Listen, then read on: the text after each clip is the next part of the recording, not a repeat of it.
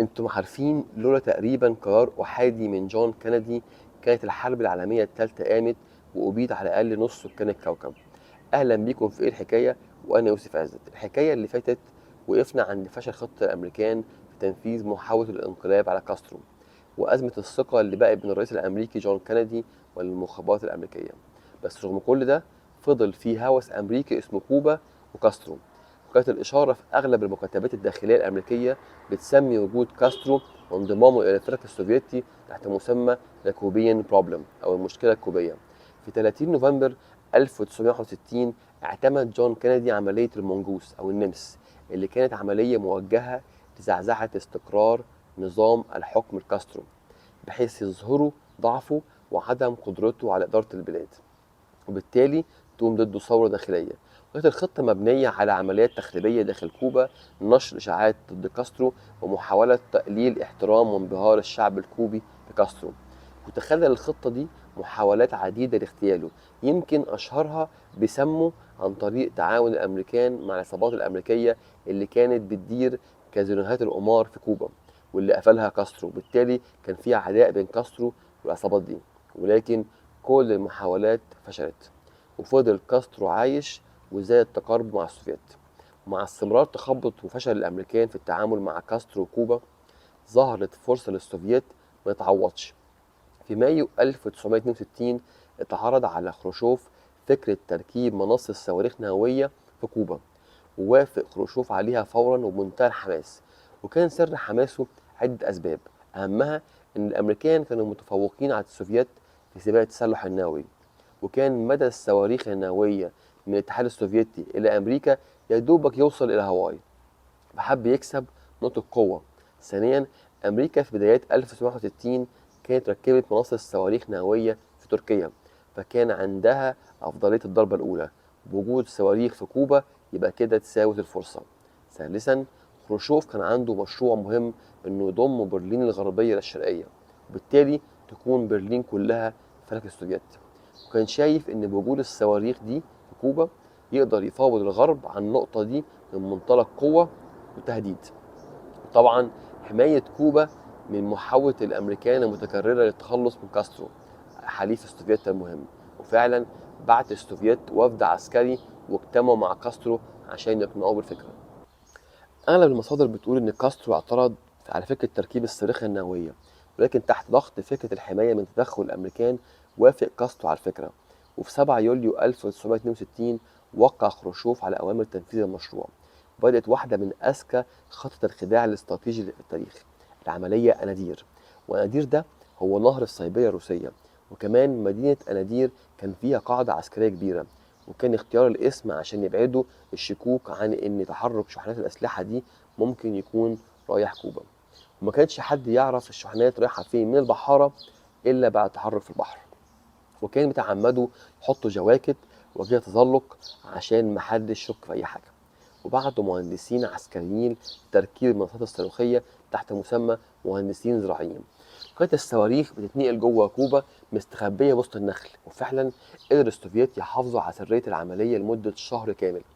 في أغسطس 1962 قدرت طائرات التجسس الأمريكية التابعة للمخابرات الأمريكية تصوير بناء منصة صواريخ دفاعية أرض جو في كوبا. واستنتجت المخابرات الأمريكية إن تركيب منصة صواريخ دفاعية في الغالب معناه إن السوفييت هيبنوا منصة صواريخ باليستية هجومية موجهة لأمريكا، ولكن ما كانش فيه دليل لسه. وقدمت CIA تقرير لكندي بخوفهم في 10 أغسطس 1962. في 30 أغسطس من نفس السنة بيوصل تشي جيفارا للاتحاد السوفيتي لإنهاء الاتفاق بين كوبا والاتحاد السوفيتي تركيب الصواريخ البالستية النووية في كوبا. وهناك طلب جيفارا من خروشوف إعلان الاتفاق ووضع أمريكا قدام الأمر الواقع، إلا أن خروشوف رفض وفضل أنه يفضل الأمر سري قدر الإمكان، وخصوصا أن الأمريكان داخلين على انتخابات التجديد للكونجرس النصفية. كان رأيه مفيش داعي لإثبات الرأي العام الأمريكي حاليا، ووعدوا ان لو الموضوع اتسرب للامريكان الاتحاد السوفيتي مش هيتراجع عن الاتفاق. ما عرفش الامريكان السبب الحقيقي لزياره جيفارا للاتحاد السوفيتي، لان الزياره اثارت شكوك كبيره بطبيعه الحال. في 31 اغسطس وصلت تسريبات للسيناتور الجمهوري كينيث مؤكدين ان السوفييت بيركبوا مناصب صواريخ باليستيه هجوميه موجهه لامريكا على ارض كوبا. وقال الكلام ده في كلمه ليه في الكونجرس، وطبعا هاجم ضعف كندي في التعامل مع السوفييت. وهنا الحظ بيلعب في صف السوفييت، ان في 30 اغسطس 1962 توغلت بالغلط واحدة من طيارات التجسس التابعة للمخابرات الأمريكية للأرض السوفيتية، فاحتج السوفييت بشدة. وفي 8 سبتمبر دخلت طيارة تجسس تايوانية إلى الأراضي الصينية وتم إسقاطها بصواريخ الصينية. فمع كل التوتر ده شافت الإدارة الأمريكية في 10 سبتمبر بوقف دوريات الطيران التجسس فوق الأراضي الكوبية تحسبا لضربها، وتحول الأمر إلى أزمة سياسية ملهاش أي داعي. لمدة 5 أسابيع توقفت تماما طلعات طيران التجسس الأمريكية فوق كوبا. الفترة دي بيسميها المؤرخون الفوتو جاب، فجوة الصور، لأن لمدة 5 أسابيع متتالية ما كانش فيه أي صور لتطورات التحركات السوفيتية على الأرض في كوبا. الفترة دي فعلا وصل الصواريخ البالستية الحاملة للرؤوس النووية إلى كوبا على دفعتين في 8 و16 سبتمبر 1962. واستمر السوفييت في الحفاظ على السرية في مهمتهم، وأكدوا للأمريكان عن طريق سفيرهم في 7 سبتمبر إنهم وردوا للكوبيين أسلحة دفاعية فقط. وكان السوفييت مراهنين على ضعف كندي، وإنه في النهاية هيكون أمام أمر واقع وما عندوش بديل إلا قبوله. استمرت شكوك الأمريكان في الزيادة مع وصول تقارير مختلفة إن الموضوع يبدو أكبر من مجرد صواريخ دفاعية عادية. فقرر الأمريكان إنهم يرجعوا يبعتوا طيارات تجسس تاني في كوبا، ولكن المرة دي تحت إشراف وزارة الدفاع مش المخابرات الأمريكية. الكلام ده كان يوم 9 أكتوبر 1962، والتاني مرة الحظ بيخدم السوفييت، لأن الأمريكان معرفوش يبعتوا طياراتهم إلا في 14 أكتوبر بسبب سوء الأحوال الجوية. وبيتاخد 928 صورة وبيتم تحليلهم في المخابرات الأمريكية. يوم 15 أكتوبر 1962 بيقدروا يفهموا إنه بيتم فعلا بناء منصة إطلاق صواريخ باليستية متوسطة المدى. وبتبدأ من اللحظة دي ال 13 يوم اللي كانوا ممكن يقضوا على الفكرة البشرية على أقل تقدير. 13 يوم توالت الأحداث فيها بسرعة جدا، وكتم العالم كله أنفاسه خوف اشتعال حرب عالمية ثالثة، ولكن المرة دي هتكون أشد تدميرا وفتكا، لأنها هتكون حرب نووية بين أكبر قوتين في العالم، أمريكا والاتحاد السوفيتي. في منتصف ليل 16 أكتوبر 1962 بيبلغ وزير الدفاع روبرت ماكامارا، وصباح 16 أكتوبر بيتم إبلاغ الرئيس الأمريكي جون كينيدي. الساعة 9 الصبح من نفس اليوم بيجتمع كينيدي مع اللجنة التنفيذية لمجلس الأمن الوطني إكسكوم، وكانوا 15 فرد من ضمنهم وزير الدفاع ماكامارا وأخو الرئيس الأمريكي روبرت كينيدي، وكان النائب العام وقتها. أول حاجة عملها روبرت كينيدي إنه تواصل مع السفير السوفيتي اللي أكد له إن مفيش أسلحة هجومية وإنها كلها أسلحة دفاعية، وإن الاتحاد السوفيتي حريص على علاقته بالأمريكان. طبعا كلامه كان متعارض تماما مع الصور اللي قدام الرئيس الامريكي جون كينيدي. في الحقيقه كان الامريكان في موقف مفاجئ ليهم، ان ما كانش ابدا في حساباتهم او حتى خيالهم ان الاتحاد السوفيتي ممكن يركب منصه صواريخ ينفع تشيل رؤوس نوويه بالقرب ده منهم. وخلال اجتماع الكندي ولجنه الامن وصلوا ل5 مقترحات. اولهم كان ما يعملوش حاجه خالص، لان وجود تهديد نووي لامريكا من الاتحاد السوفيتي مش جديد، ومفيش داعي لافتعال احتكاك عسكري ممكن يدمر العالم. الاقتراح الثاني كان اللجوء للضغط السياسي والدولي على الاتحاد السوفيتي عشان يوقف التركيب ويسحب صواريخه. والاقتراح الثالث الغزو الكامل لجزيره كوبا وتحييد خطوره الصواريخ وازاحه قصف تماما من المشهد. او الاقتراح الرابع قصف بالطيران لاماكن مصر الصواريخ السوفيتيه وتدميرها تماما. او الاقتراح الخامس كان تفعيل حصار بحري لكوبا بحيث يتم منع وصول اي معدات عسكريه تانية لهناك. في الاجتماع اجمع هيئه الاركان المشتركه ان مفيش غير حل الغزو الكامل لكوبا، مع تاكيد للمخابرات الامريكيه ان الاتحاد السوفيتي مش هيغامر ويصعد الموضوع. الا ان كينيدي ما كانش مقتنع بحل الغزو ده، وخصوصا انه كان عنده ازمه ثقه كبيره في رؤيه المخابرات الامريكيه بعد ازمه خليل الخنازير. وكان شايف ان حتى لو نجحت المهمه فده هيدي حجه للاتحاد السوفيتي بضم برلين الغربيه اليه، وده هيأثر على توازن القوه في اوروبا. وهيزعل الحلفاء الأوروبيين، وقال ما معناه إنهم هيقولوا الأمريكان ضيعوا برلين بسبب عنترية الكاوبوي الأمريكي، لأنهم ما عرفوش يحلوا مشاكلهم بالسياسة. كان وقتها هيئة الأركان والمخابرات الأمريكية شايفين إن وجود الصواريخ على كوبا بيخل بالتوازن العسكري بين أمريكا والاتحاد السوفيتي، ولكن وزير الدفاع مكمارة اعترض بشدة وأصر إن حتى بوجود الصواريخ في كوبا هتفضل الأفضلية العسكرية لأمريكا. ولكن اتفقوا جميعا إن وجود الصواريخ ده بيخل بالتوازن السياسي، لأن كينيدي كان جزء من وعوده الانتخابية عدم السماح بأي عمل عدواني من الاتحاد السوفيتي لأمريكا، وكمان هيظهر أمريكا قدام حلفائها بالضعيفة قدام تهديد مباشر وبالقرب ده من الاتحاد السوفيتي. فاتفقوا إن لازم يكون في رد فعل، بس إيه هو؟ بعد مشاورات استمرت إلى 19 أكتوبر فضل قدام اللجنة وكادي خيارين، يا إما الغزو الكامل لكوبا أو الحصار البحري الكامل بالتنسيق مع الأرجنتين وفنزويلا وكولومبيا وتوباجو بناء على اتفاقية دفاع مشترك بينهم. وفضلت المشاورات شغالة لحد يوم 21 أكتوبر.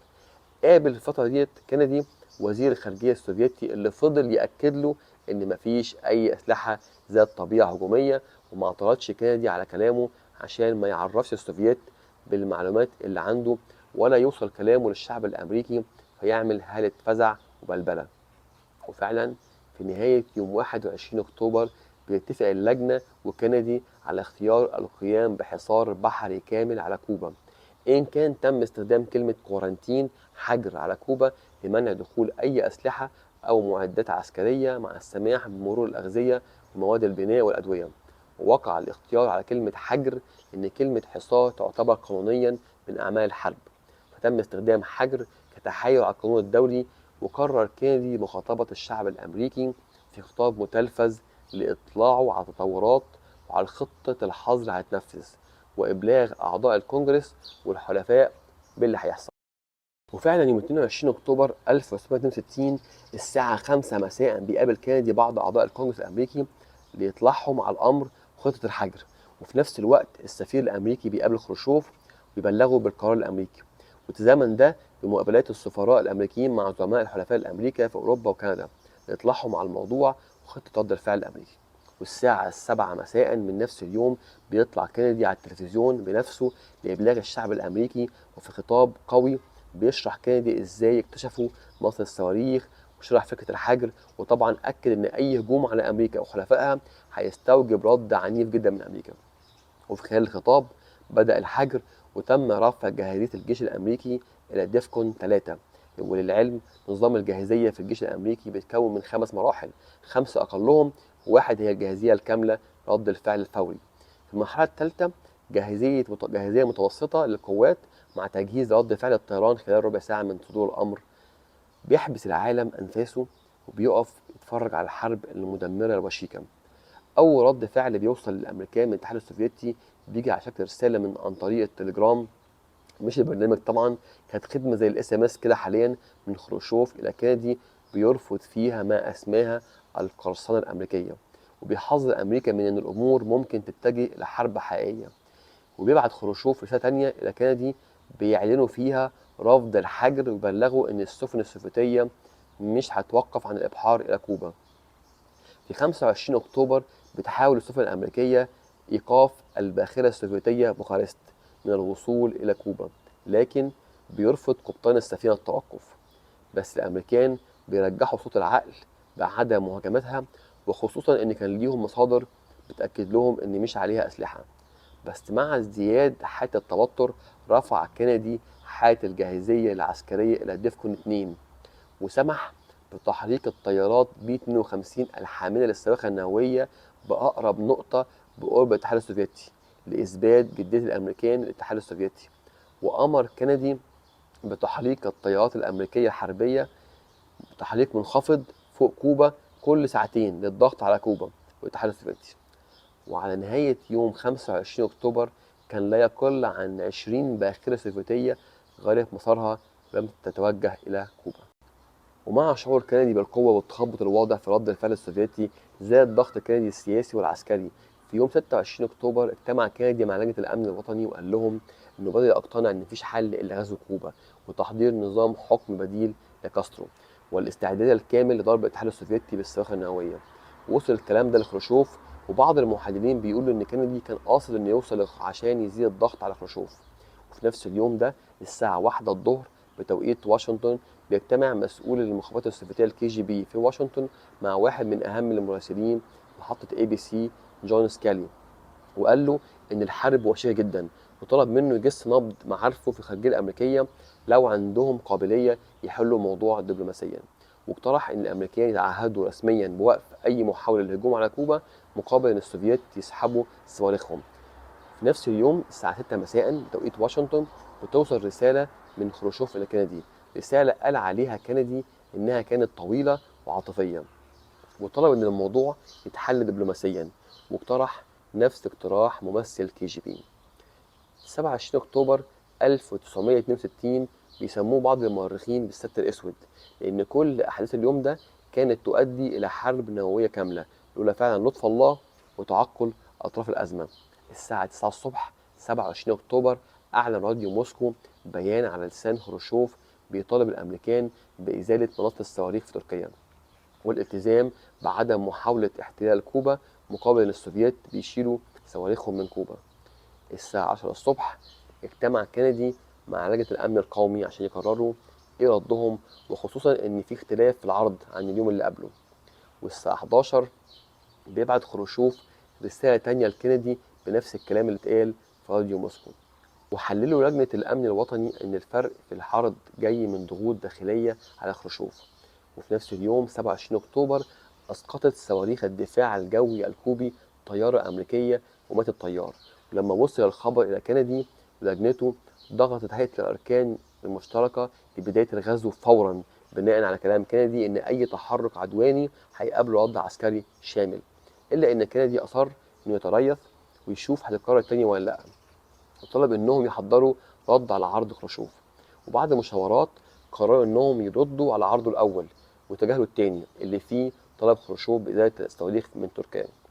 كان كندي عنده شك إن خروشوف هيوافق على كده عشان موقفه السياسي في بلده، ولكنه وافق على مضض لأن أعضاء اللجنة بالإجماع كانوا مع عدم سحب الصواريخ من تركيا، إنه هيزعل تركيا وأعضاء تحالف الناتو كلهم، وطلب منهم تحضير خطاب الرد إلى خروشوف ونسقوا مع أعضاء الناتو إن بالمنظر ده الحرب خلاص وشيكة.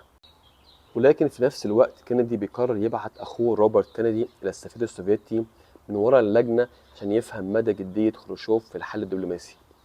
وفي نفس اليوم لولا بطولة وثبات انفعالي من الضابط السوفيتي فاسيلي كان ممكن يتم إطلاق صواريخ نووية على أمريكا من غواصة سوفيتية كانت على شواطئ كوبا. ولكن فعلا ستر ربنا وشجاعة الضابط غيرت مجرى الأحداث. حقيقي القصة دي تستاهل تتحكي، ممكن أبقى أحكيها إن شاء الله منفصلة بعدين. على نهاية يوم السبت 27 أكتوبر 1962 كانت المفاوضات بين الأمريكان والاتحاد السوفيتي وصلت لعرض إنه يتم سحب الأسلحة السوفيتية من كوبا مع تعهد من أمريكا بعدم محاولة غزو كوبا، وده الجزء المعلن. والجزء اللي مش معلن إن كندي يتعهد شخصيا بإزالة الصواريخ من تركيا. وبموقف شجاع جدا من خروشوف بيوافق على الاتفاق، والساعة 9 الصبح يوم 28 أكتوبر 1962 في بيان منه بيان على راديو موسكو بأنه أمر بتفكيك الصواريخ في كوبا وسحبها مقابل إن أمريكا مش هتحاول تغزو كوبا أو تتدخل في سياستها. خروشوف عمل كده بدون الرجوع للمكتب السياسي اللجنة المركزية للحزب الشيوعي، وبسرعة رد كندي في بيان بيرحب بتغلب صوت العقل وتعهد إن كوبا دولة ذات سيادة كاملة وبأن أمريكا مش هتحاول تغزو كوبا مجددا، مع العلم إن أغلب لجنة الأمن القومي كانت مش موافقة على قرار كندي. بس كندي كان شايف إن أي حرب هيكون أثرها كبير على الكل. وفعلا بعد ما السوفييت فكوا أسلحتهم شال الأمريكان صواريخهم من تركيا. على المستوى السياسي اعتبر أغلب المحللين إن اللي حصل كان هزيمة سياسية كبيرة للاتحاد السوفيتي وخروشوف، واللي اتشال بعديها بسنتين من حكم الاتحاد السوفيتي لأسباب مختلفة، بس كان من ضمنها موقفه في أزمة كوبا. ولكن العالم رجع تاني بيمارس حياته الطبيعية بعد أزمة كادت تبيد تلت البشرية على الأقل. وبكده خلص حكاية النهاردة، واستنوني في حكاية جديدة إن شاء الله قريب. متنسوش الفولو والشير والسيف عشان تجيلكم بقية الحكايات. يومكم جميل مليان بالحكايات الحلوة.